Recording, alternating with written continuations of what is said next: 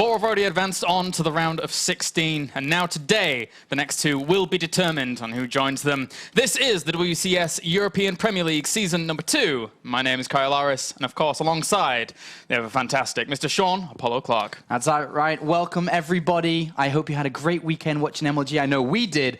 But it's now time to get back into the WCS season, the round of 32. Let's take a look at the overview of how things have shaped up so far. As you can see, Group A and B have concluded last week. This week, we're going to be covering Group C and D. And the next week, we have Group E and F.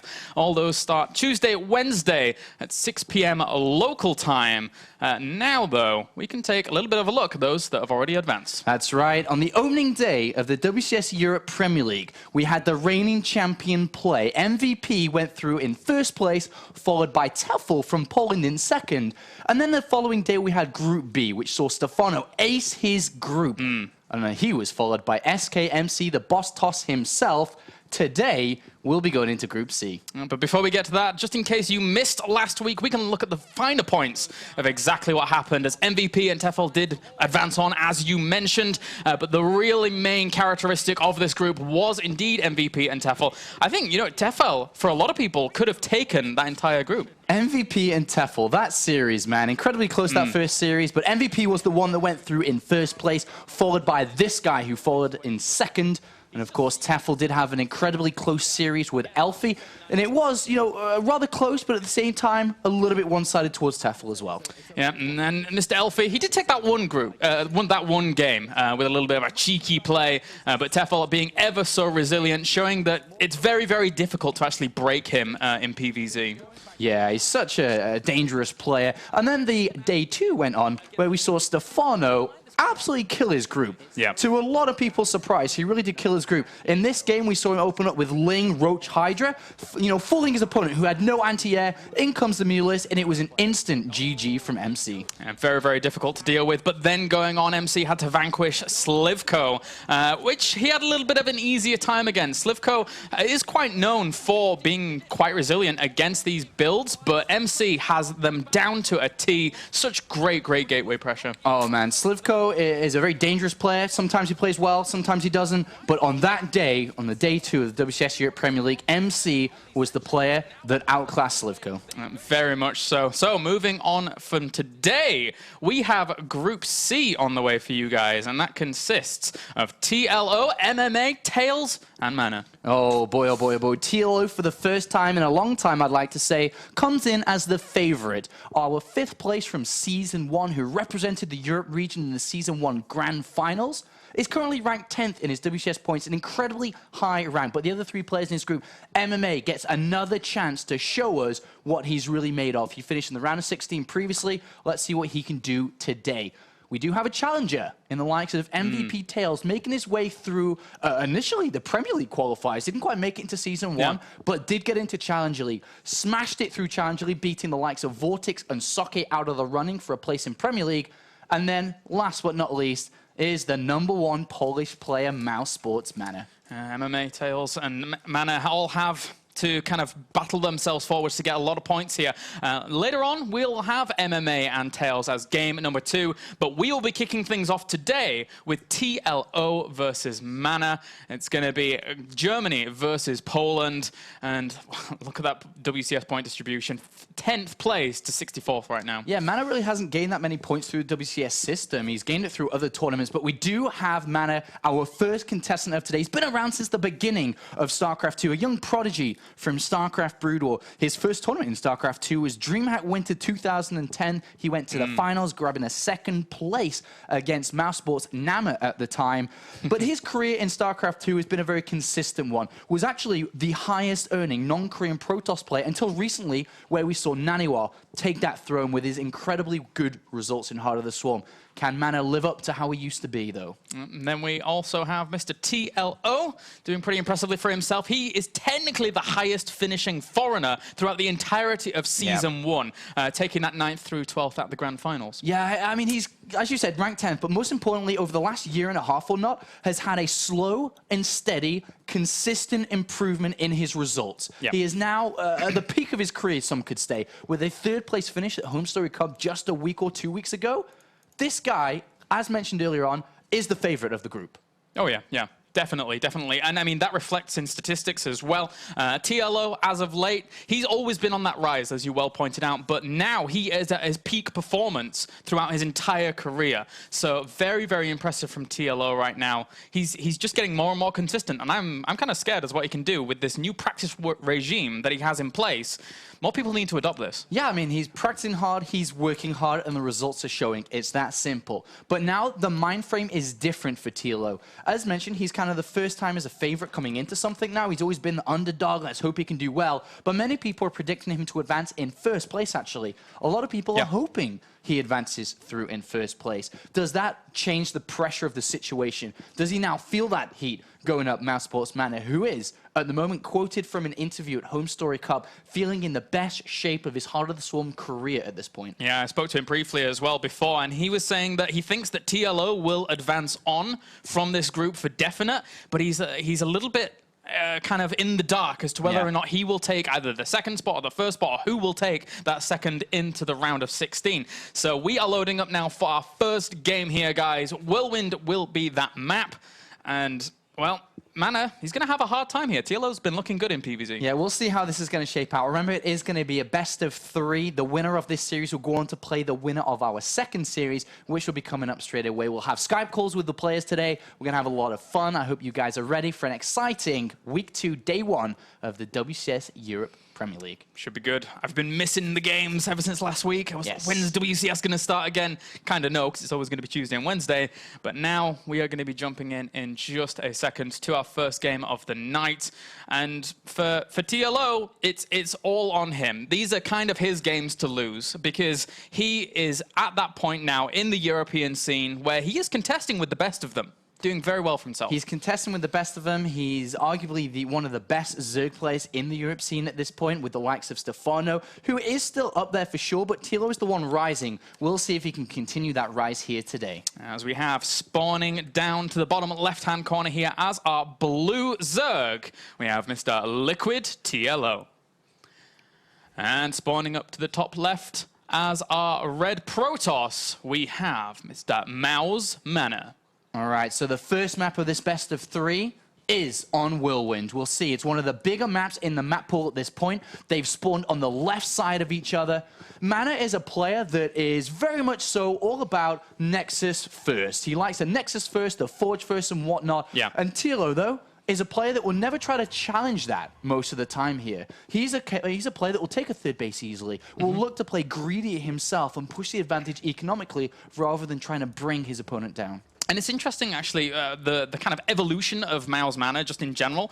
In Wings of Liberty, then his defining factor in his matchups was really his PvT. He was a master of that matchup in the European scene. But now it's actually his versus Zerg and versus Protoss where he finds his strengths. 56% win ratio in Heart of the Swarm right now, in comparison to his versus Terran, which is only 43. So MaNa, although speaking to him briefly before, he feels more confident in his versus Terran than he did in Season 1, but still he's got a mountain to climb. Yeah, we'll see if he can climb that mountain when he's got his hiking boots ready, because it is going to be a difficult mountain to start the day off.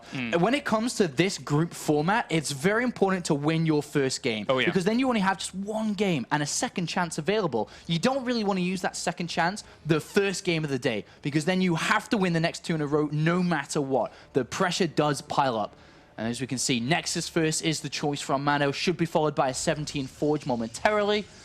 TLO, on the other hand, though, playing to the map size here with a hatchery first. Yeah, getting away with that quite nicely. And unfortunately for MaNa, he scouts his opponent out last, so there's no room for him to be able to punish that or anything like that.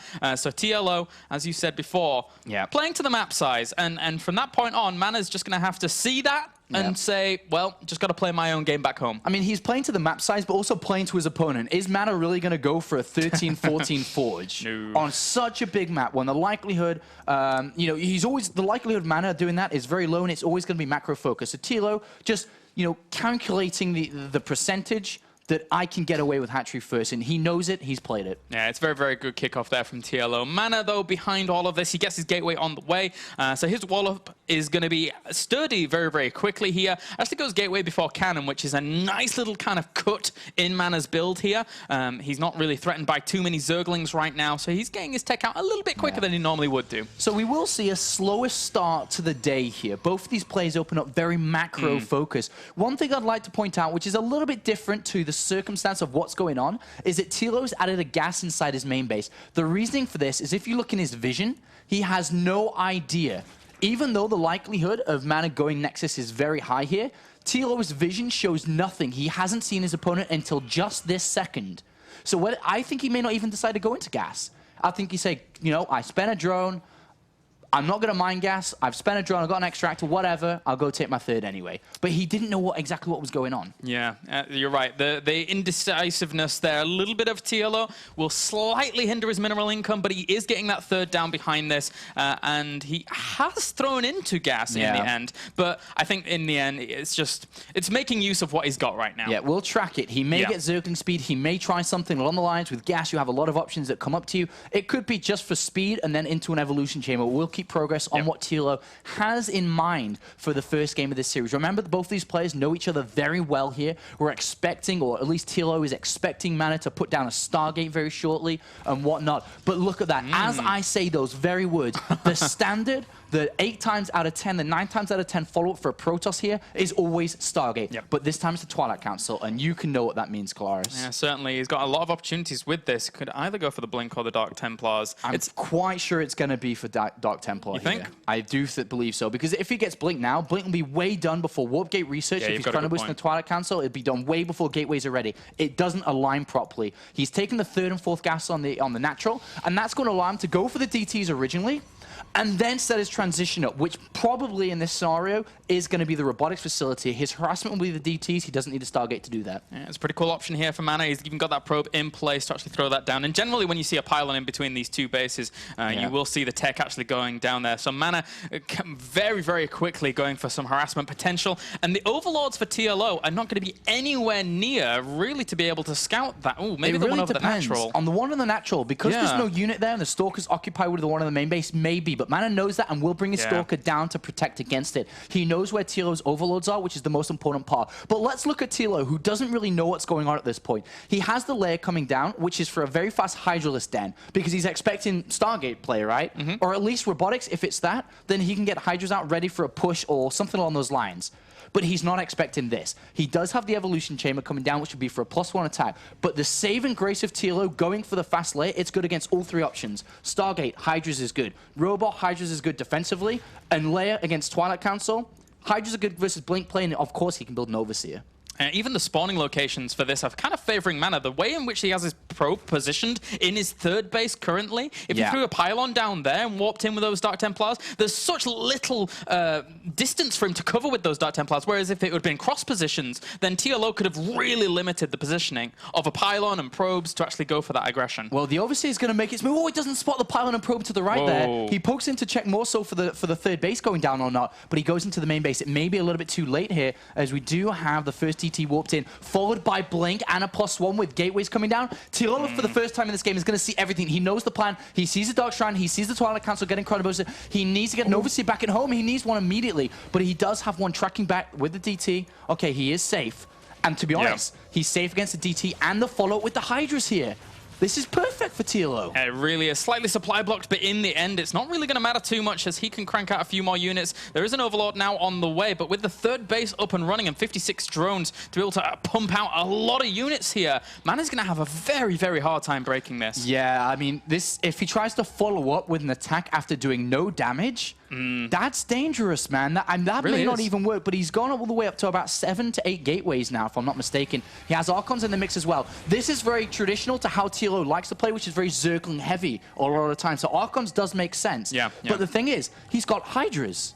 He's got 41 Zerglings and 11 Hydras with them on the way. That's including the ones that are in the production tab. With Spine Crawlers coming down, Hydra Ling with the +1 attack, I still think beats what MaNa has. Look at the supply count. Yeah, it's a ridiculous army size he's going to have very, very soon here with that +1 weapons finishing up as well.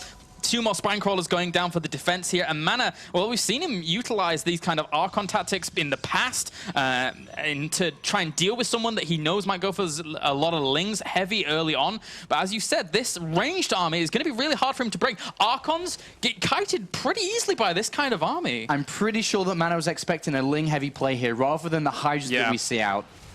And he's actually going to go for it here, bringing some of those Lings from the back as well. Good time what will go down to try and shut a lot of this down here, as TLO does have to retreat with those Hydras. They are on creep, though. That's going to give TLO a lot of room to actually swing around from the engagement, try and pin his opponent in the back. 2 of the Archons have already gone down. One of them is going to get disintegrated very, very quickly by those Hydras, as they do pin him down as well there. Focus firing on that Archon, knowing that that's the big pivotal point, and just killing off Stalker after Stalker. TLO handles it with ease. I mean, when you open up with harassment into an attack, you really need to nail the first part of the build, which is the harassment. The DT did nothing. Why build the Dark Shrine in this case? It helped with Archon, sure, but as you can see, it's Ling Hydra. And MaNa immediately retreats back home. Adds on another Forge now as he has to break through the original one that's in the wall-off.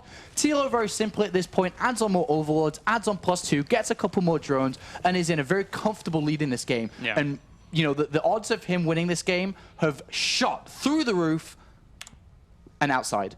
Yep, it's gone, man. It's gone. It's gone. It's a skyscraper of a potential advantage here for Mr. TLO. As MaNa, he's trying to establish his third once again, and it can be sometimes difficult to break this location as a Zerg. We've seen times where the Protoss has been able to come back in from force fields well placed, but right now MaNa only has very little energy on these sentries so far. So if he wants to hold off, it could be very tricky. He can hold off, but only for a little while. Yeah. The key to holding this off is actually throwing down the robotics facility and reaching his way up towards Mortals and Colossus.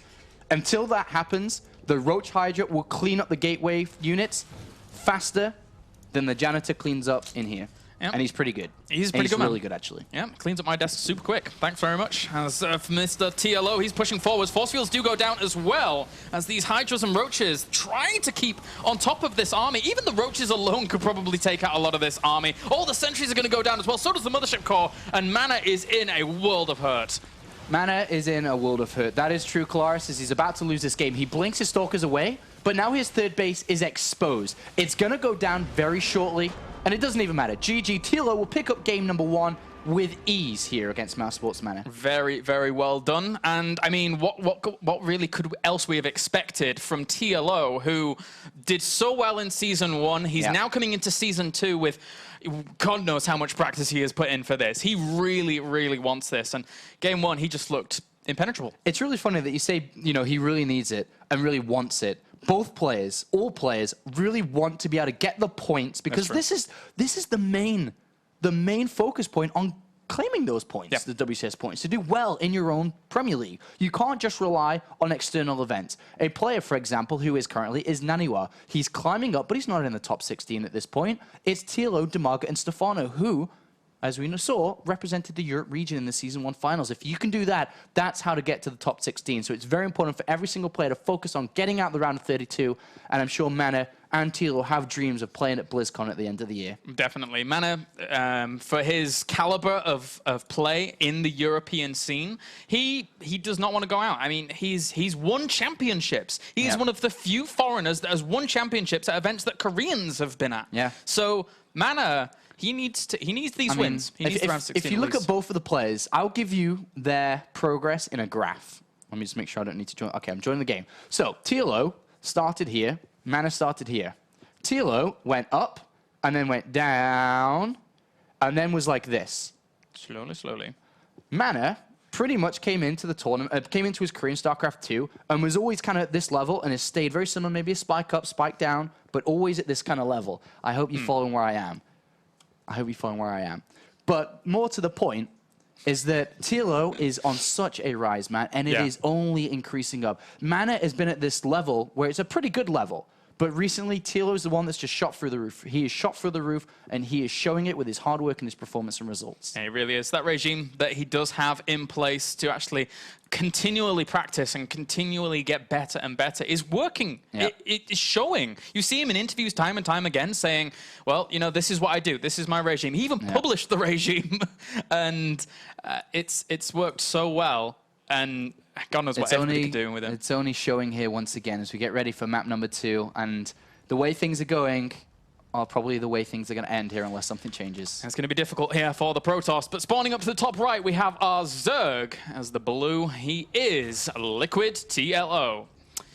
And spawning down to the bottom left, we have arguably the challenger here right now. It's weird to say that about this player. Spawning in the red, he is MaNa. And if I'm not mistaken, I'm not sure if you've said it already, but I know you whispered it gently into my ears earlier today, is that MaNa and TLO in televised broadcasted matches, TLO has dominated for a while, if I'm not mistaken. Yes, it's actually really kind of bad for MaNa. He hasn't beaten TLO in broadcasted matches since 2011, which... Considering TLO's form, that's really impressive. Yeah, that was 2 years ago, guys. That's in series. In maps, overall, there are 13 wins to TLO and 8 to MaNa.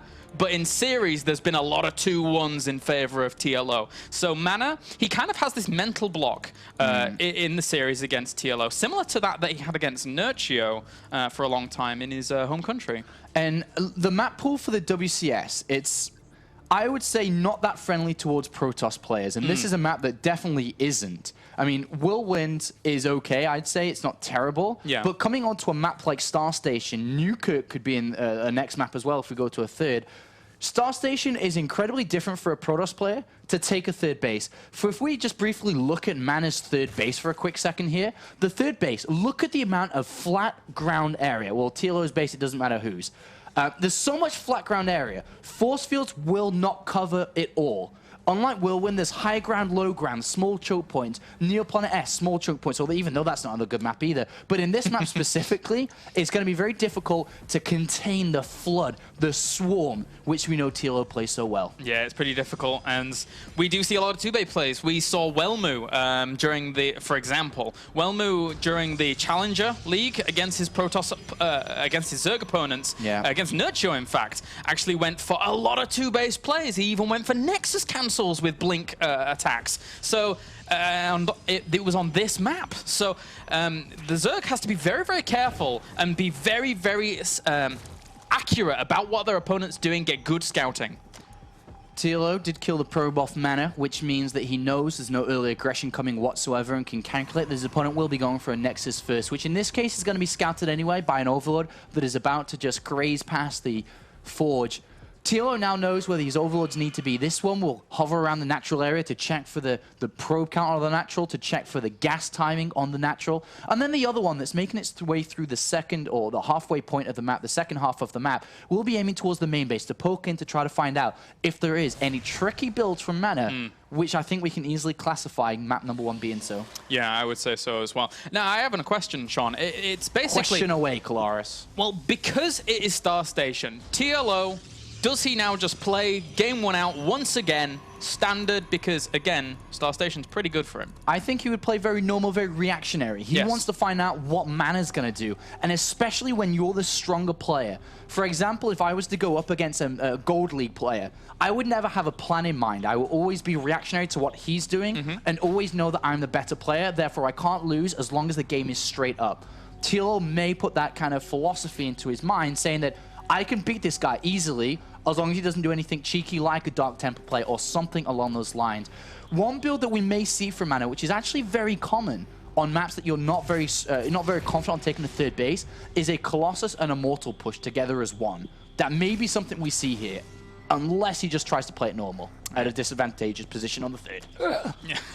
Got that all there in the end. Yeah, sorry. But yeah, you're right. It's a little bit tricky to actually hold on to. I wouldn't put it past MaNa to try and secure it. If he's one game down, taking risks can be a little bit difficult, but Robo Facility does go down here for Mr. MaNa. Yeah, so on the natural of Mouse Sports MaNa here, we have the Robotics Facility coming down. This is a clear gamble at this point. So with the reason why I use the word gamble, if your opponent scouts this, very easily can go over to Hydralisk very fast, or more dangerously, Spire. Yep. The Overlord is going to go in.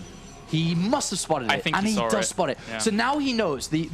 Basically, what the options for MaNa is either that push, the Immortal Colossus push, or that he tries to take a third base with Colossus. Both incredibly weak versus Spire play, and that may be something that TLO is trying to push towards. It depends on what his inside reads are on how MaNa usually plays. And there's a layer going down here for TLO, so depending on whether or not he actually wants to go for that Spire play, and we shall see. I've not really seen TLO go for too much, but there is certainly the possibility. TLO is a player now that has the full package. Yeah. He is there to actually just play with his opponent if he gets the opportunity to do so. And MaNa, well, throwing down a few more gateways here. Yeah, I think MaNa may be changing it up. He didn't build an Immortal straight away, which is what you'd usually do here. Yeah. And it is mind games now, because the thing is TLO is like, is he going to do it? Is he not going to do it?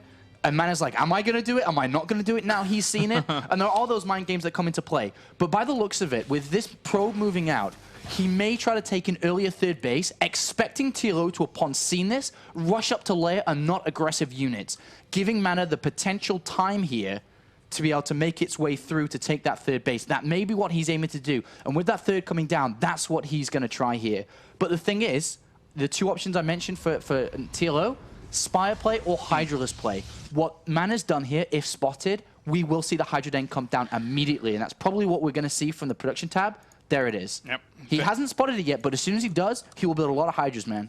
A lot. Yeah, they're very, very useful in this position here. Now, does he go for, another question to you, does he go for muscular augments, or does he go for groove spines first? Does he want to get aggressive, thus signifying muscular augments, or what's his plan, do you think? Actually, I don't mind both. I'd prefer range, actually, if I'm TLO, especially his creep spread and how well known it's been. He already has it pushing towards the Xel'Naga Tower. And with an Overlord and a Queen?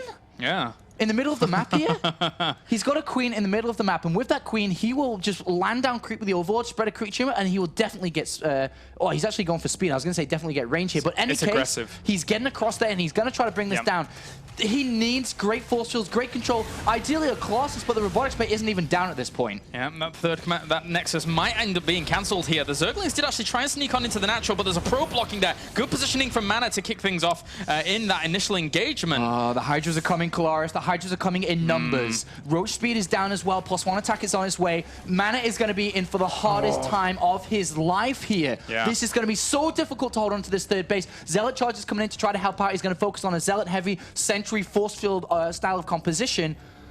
Oh boy, this is going to be difficult for MaNa to hold on to this. Yeah, he has to know something aggressive is going on. He's moving out into the middle of the map to try and pick off this Queen now. That's a good move. He needs to try and somehow deny this creep from the middle of the map. I think without seeing his opponent's units, he kind of gets the idea that his opponent, with those creep tumors in the middle of the map there, had some aggressive tendencies on the way. But even taking a third base like that, that's going to give you an indication anyway. It's very vulnerable. TLO's trying to exploit that, but MaNa in turn trying to deny that from the beginning. And he's got a counter pylon here, so if MaNa's able to make the defense solid, he can warp in as Zealots to bring down the fourth base, because TLO will be on the other side of the map occupied. A very intelligent pylon and play here from Mousesports MaNa. But is he going to make the initial defense? The army and overall supply is climbing up rapidly here for TLO.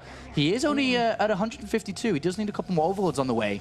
Force fields are key. Remember how key they are. Oh, MaNa sent out a hallucinated Phoenix and just barely saw those units, but not quite. He wasn't paying too much attention. He moved his units over to the third base, and now TLO is trying to bring down that Cybernetics Core. If he could get that, that would be fantastic, but those Hydras are not enough to pick it up. Oh, the Surround is going to come in. How are the force fields? Good so far.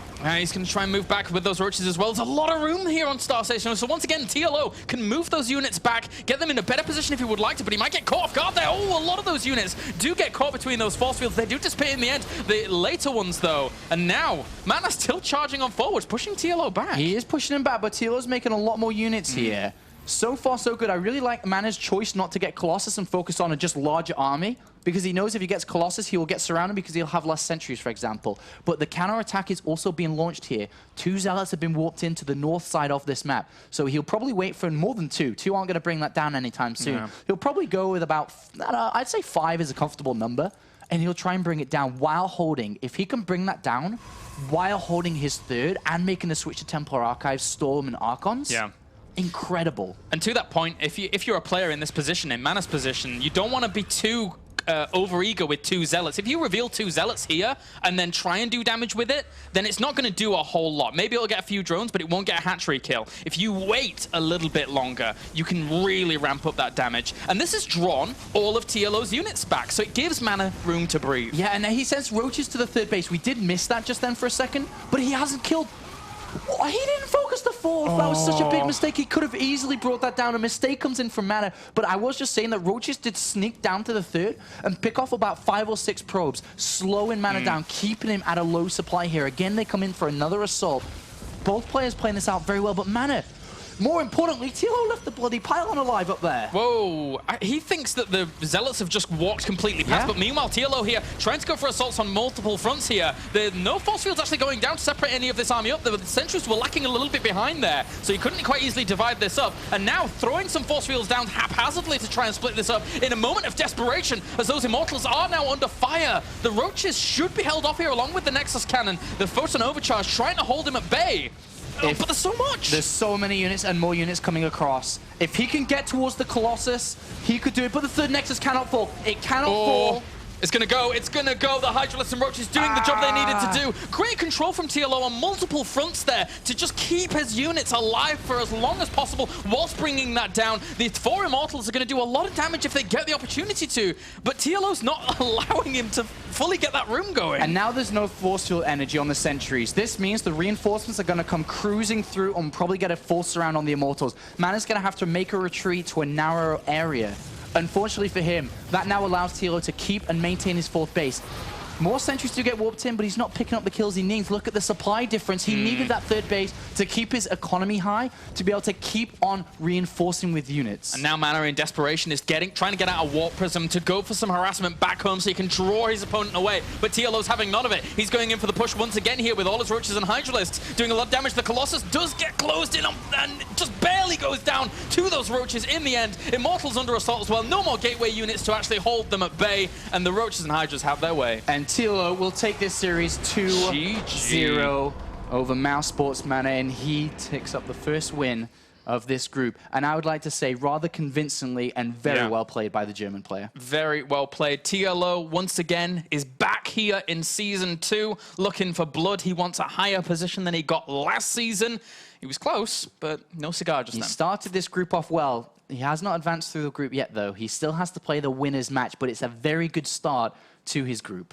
It really is. So guys, that concludes our first series. We are going to go to a short break, and then when we are back, we're going to have our Koreans duking out. It's going to be MMA versus Tails.